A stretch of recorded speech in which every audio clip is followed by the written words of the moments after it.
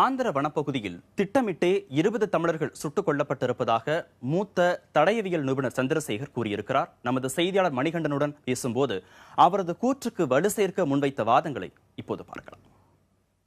இந்த புகைப்படங்கள் எல்லாமே எனக்கு ஒரு 3-4 நாட்களுக்கு முன்பே அனுப்பப்பட்டு விட்டன. இவைகளையெல்லாம் நன்றாக ஆராய்ந்தேன்.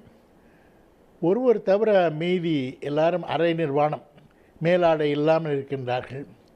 இவர்கள் ஓய்வுக்காக படுத்திருந்த நிலையிலே நிராயுதபாணியாக இருந்த இவர்களை கொலைவெறியோடு சுட்டு கொண்டிருக்கிறார்கள் என்பதுதான் என்னுடைய எண்ணம். சுடப்பட்ட இடம் இந்த பிணங்களோடு இப்பொழுது புகைப்படங்கள் தெரிகின்ற இடம் அல்லவே அல்ல.